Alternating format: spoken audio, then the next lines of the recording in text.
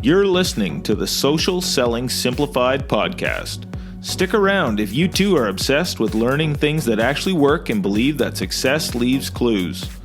We're all about identifying results-producing roadmaps and getting super clear on how to scale and grow your online business. From part-timer to president, social selling expert Ashley Shaw will help you connect the dots and take the guesswork out of what works to grow a social selling empire. It's time to hear from social selling legends, listen in on truthful conversations, and learn the best tips and tricks to reduce the marketing overwhelm so you can build the social selling business of your dreams. If you're ready to go all in, no holding back, and build the business you've always wanted, you're in the right place. Here's your host, educator, social selling guru, and fitness industry OG, Ashley Shaw. Welcome to Social Selling Simplified. I'm your host, Ashley Shaw, and I am coming today live from New Brunswick, Canada. I know, super random. I want to explain a little bit about what is going on at this point in time, because it just feels like everything is super crazy right now. Now, if you're not familiar with the situation in Canada, it's a little crazy. The East Coast in Canada is doing very, very well with COVID cases, and it's sort of like the promised land. I honestly am like scrolling my Insta feed, and one of my friends that lives out in the East Coast is like going for brunch, going to the pool. Like life is so normal out there. Whereas where we have been, where our families are, is in Ontario, Canada, and things are like lockdown after lockdown. And so we have decided to get out of Dodge and go to a couple of our Airbnb properties that are in the East Coast and spend quite a bit of time out here. So super excited. We're in Fredericton, New Brunswick. Today, we're finishing up the final day of quarantine. And man, yeah, I could pour myself a quarantini right now. I am ready to get out of the house. But we just found out that they have this like Atlantic bubble. So it basically just means that we could cross over into Nova Scotia without having to self-isolate for 14 days. But now they're taking that option away. So we just found out we are packing our stuff like crazy because we've basically got tomorrow to get to Nova Scotia before the bubble closes. So anyways, things are moving quickly around here. And yeah, it's an interesting time, that's for sure. Now, I do have to say that with the 14-day quarantine, like this has been, Bill and I were having a bit of a discussion around this. Like, this is the best quarantine we've ever done. Like, we set ourselves up with our fitness equipment. I bought a spin bike. We set up an office.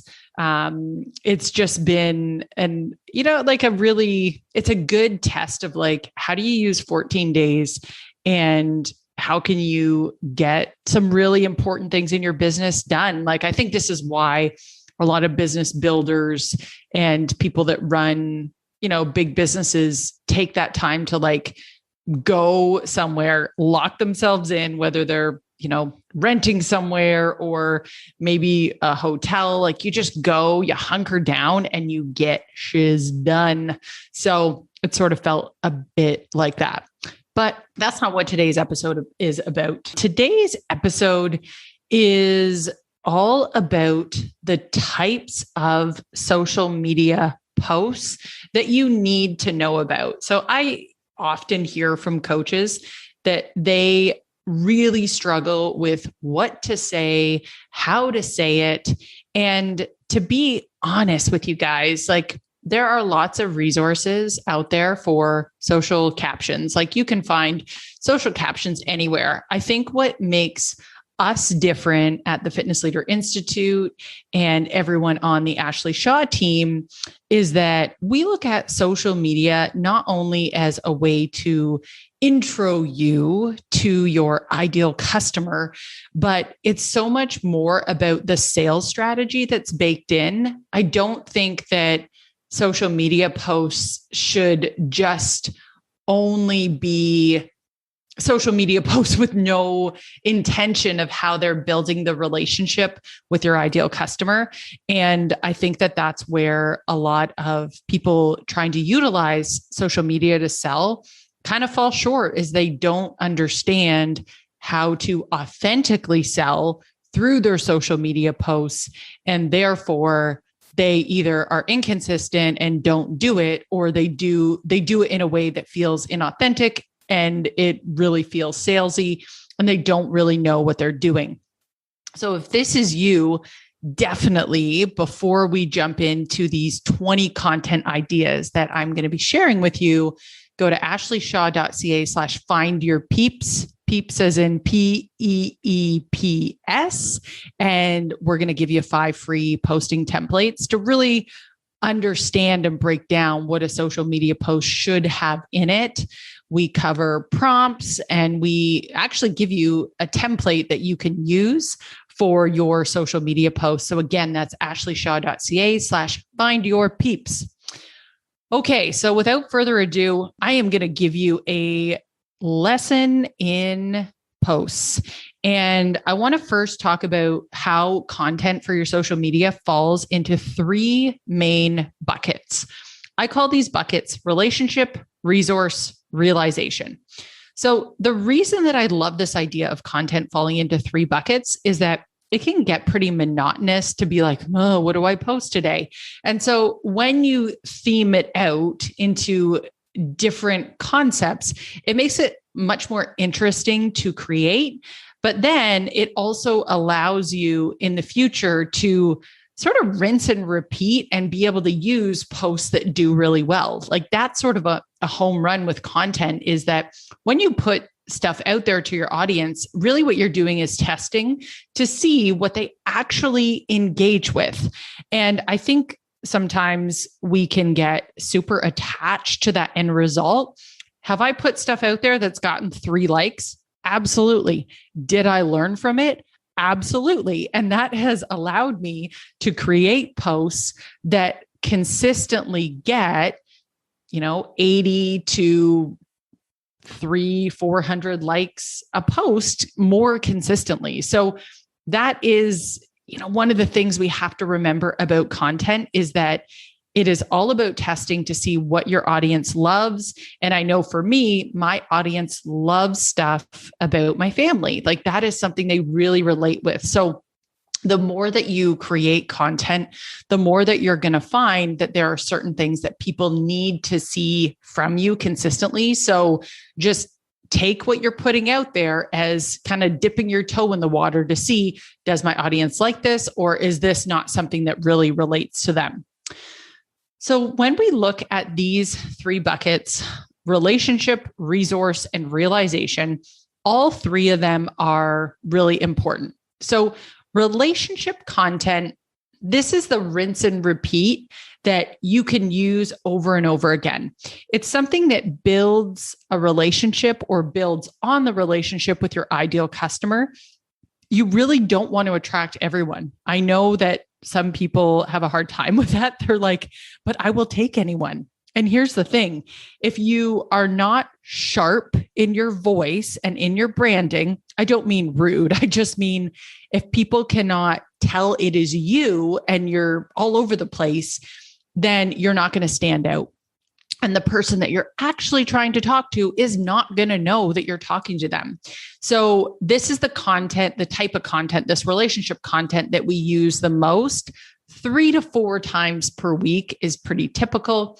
And these sort of posts are really to help create engagement and awareness. So I want to explain, you're on a value journey with your ideal customers. They first need to become aware of you, and then they're going to start engaging with you. So this is a piece that when you have relationship content out there, your goal is to get some engagement with those people, but it is also for them to read and slow the scroll. And sometimes we read things and we don't engage with it.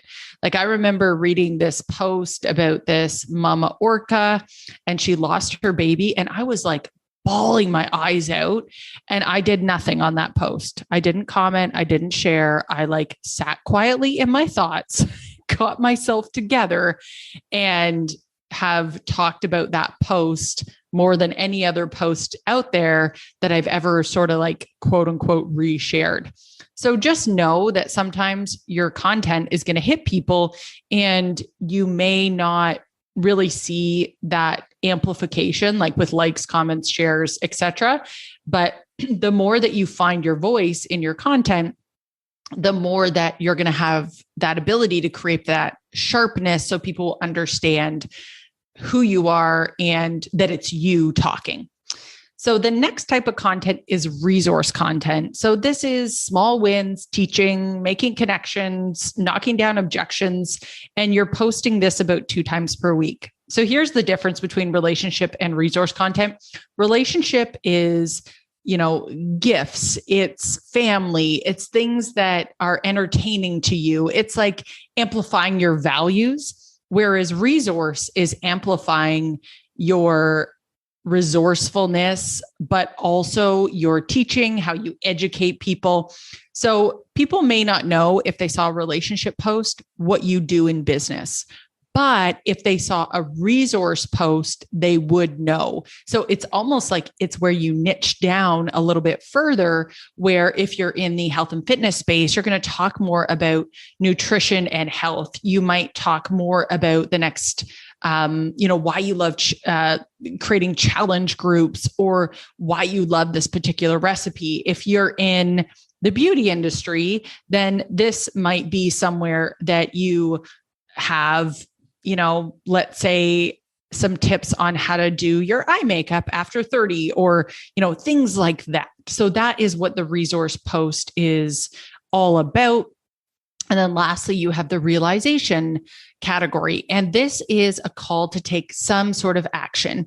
It is also a cornerstone piece of content. So if you are somebody that is creating content, which the eventuality is that everyone should be, that is, something like might be a blog post, it might be a podcast episode, it might be, a video that you're putting out. It's something that is a cornerstone in what you are teaching, and you are asking people that are reading that post about it to take action. So one of the things about this type of content that you're putting out there, I don't mean the post itself, I mean this cornerstone piece of content, this realization content. When you meet your ideal customer, they're not always ready to buy. So your goal is to continuously move them down the change ladder so that they start to realize why they need what you have to offer. And I really love this. I listen to Stu McLaren quite a bit, and he has a program called Tribe, which is all about memberships. And one of the things that he said before that I just love is he said, your goal is to create a desire for somebody to have what you offer. So for example, again, let's use the health and fitness space. If you're somebody that offers accountability coaching, your goal in your cornerstone content that comes out each week or every 2 weeks, however often you have it, is to create this desire for accountability, to help that person realize that that is what they are missing and why they haven't been successful in the past. And then it's like, oh, and here I am. This is what I do, right? So that is cornerstone content. So now that you understand the 3 buckets, and we have, the first one, relationship, is 3 to 4 times a week, resource is 2 times per week, and then realization content is probably going to be more like 1 time a week. Now that we have those buckets established, I'm going to teach you all the different types of posts that I like to use and give you a couple of examples here. So by the end of this, you're going to have 20 different types of posts that you can use. All right, so here we go. Starting with relationship type posts. You can do a post, and this I'm going to count as 3, a post on your dog, your husband or partner, or your kids. So that's 3 types of posts that you could do. And these posts are really building in that value. So if I'm a mom and I'm talking to my audience that also happens to be lots of moms, there's going to be that shared value that when you have commonalities, that's how you build relationships. Same with, your partner or spouse, or having a dog or a pet. Again, people that have those things typically share traits. And when you have things in common, it builds relationships. Quote post. This is another great one because it's a post that establishes that you have the same values. So I love this one. It's as simple as going, you can go to Pinterest. There's lots of places you can get quotes. You can share the quote, or I like to also put the quote in the post and maybe have an image of like me and my family or something like that. So that's how I like to use quotes. The letterboard post is great too. So this is and if we're keeping track here, this is the 5th type of post right now that we're on here, just for those that like to have that numbered list. So a letterboard post is, if you've ever seen those like felt sort of boards, and then you can put the letters in, you don't have to do that yourself. Like you can look for images that contain those. But again, it's sort of like the quote post. You want to have something sort of, I like to do funny stuff when it's letterboard because people just want to stop and read that sort of stuff. 6 is what's in my headphones. So I like to talk about what maybe audiobooks or podcasts or different things that I am listening to. Number 7 is the throwback post. So this is a great one if you have something that you want to reflect on and tell your audience about it. It's just a good one to show how far you've come. And again, it's sort of playing on your values and what's important to you. The next one, number 8 here, is the intro post. So an intro post is like introducing yourself, like, hey, my name's Ashley. Here are the 3 things I can't live without. Hip hop music. I love the Notorious B.I.G., like blah, blah, blah, whatever it may be. That is your intro post. Again, it's just building those commonalities and people can see what you're all about and decide if you're for them or not for them. Number 9 is a family tradition post. So this could be something that you keep up in your family as a tradition. Like this is what we do on Easter, or like, obviously it's got to be seasonal to what's going on, but that is a great one to build a relationship and let your ideal customers know a little bit more about you.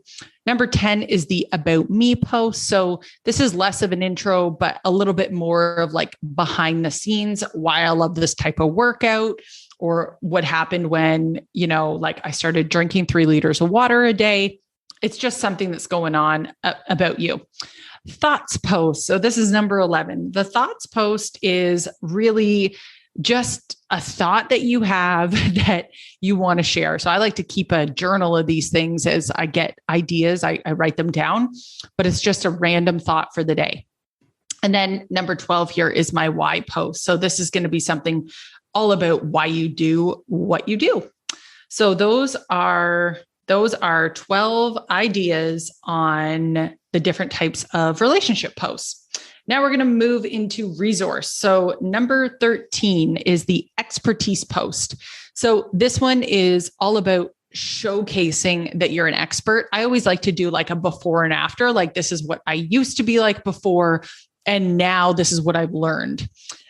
Number 14 is a behind the scenes post. So this is great if you can show what it looks like behind the scenes. So maybe you're like sending out books to, the newest people that have bought your product, or maybe you are doing a video, with your ring light, or recording a podcast. Like this is just about what goes on behind the scenes and helping you establish yourself as an expert, but also like building relationship at the same time. Number 15 is the challenge post. So this is where you take something that is an objection you typically get from your customers or potential customers, and you're able to overcome it in that post. So you talk about like, I used to think I didn't have time and blah, blah, blah, blah, blah. So this is like the before and after that you create in that post. Number 16, I just threw in a recipe post here. This, if you're in the health and fitness business, then a recipe post is great. If you're in the beauty business, it could be like, this is my favorite product for foundation, or this is my favorite hair product, or this is my favorite brush. Like it's sort of it's not just relationship content, but it's specific to your industry. So it falls into that category. And then number 17, I've called it a nutrition post. So this is more so about teaching about something to do with nutrition. Now, if you're in a different industry, you could think of it more so as like, you're going to teach them something about how to apply makeup, or you're going to teach them something about how they should be using this sort of towel instead of this sort of towel when they're drying their hair. So it's almost like a teaching post. Okay, now we're on to number 18. We're moving into the realization style of content. So we've got 18 here, the before and after post. So this is, as we remember back, a call to action post. This works super well because you have the before and after of what your life looked like before the product and then after. It's always great if this can be you, because obviously like you can sell things the best if you are the star of your social posting schedule. But if it can't be, then, you're best to say like, oh, this is the, my client, so-and-so. That again works really well there.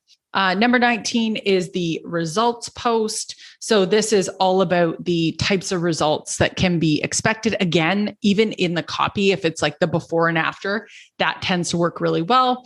And then number 20, we have a call to action post. So this is calling them into action. So maybe you have a free group that's starting up, or you have that could be a free Facebook group or a freebie. It's telling them about it and getting them to take action. So as you can see, you don't want to have too much of that those realization posts or that type of content.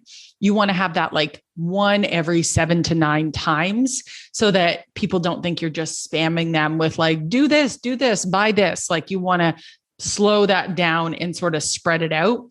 Now I'll give you a bonus one. 21 here would be a testimonial post. So you can have a great testimonial in the post, but then you would have a call to action to get them to actually do something. That's a quick and dirty. That's 21 different types of posts that we use in our done for you posting plans. And we have more than that, but that is like a quick and dirty on the content, the types of content that falls into those 3 buckets, and how a posting strategy really starts to take shape and come together. It's not just about posting like whatever you want every single day. As you can see, there's reasons behind each of the content pieces that we've talked about. So definitely make sure to download your 5 free posts by going to ashleyshaw.ca/findmypeeps. And they'll be sent right to your inbox so that you can have a look and really get a sense of the how. I've shared with you the why and what you're going after, but it's really important to get the how piece so that you don't go to write the post and then kind of get stuck like a deer caught in headlights. So make sure to go to ashleyshaw.ca/findmypeeps. Thank you guys so much for listening today. Super pumped that you decided to take some of your valuable time today to join me on Social Selling Simplified, and we'll see you next time. Thanks for taking the time to level up today. If you're ready to commit to personal and professional growth, move forward, make money, and grow your health and fitness business, head to my free community on Facebook, Business Bootcamp for Fitness Coaches, so I can support you every step along the way. Thank you so much for tuning in today, and we'll see you right back here next week on Social Selling Simplified.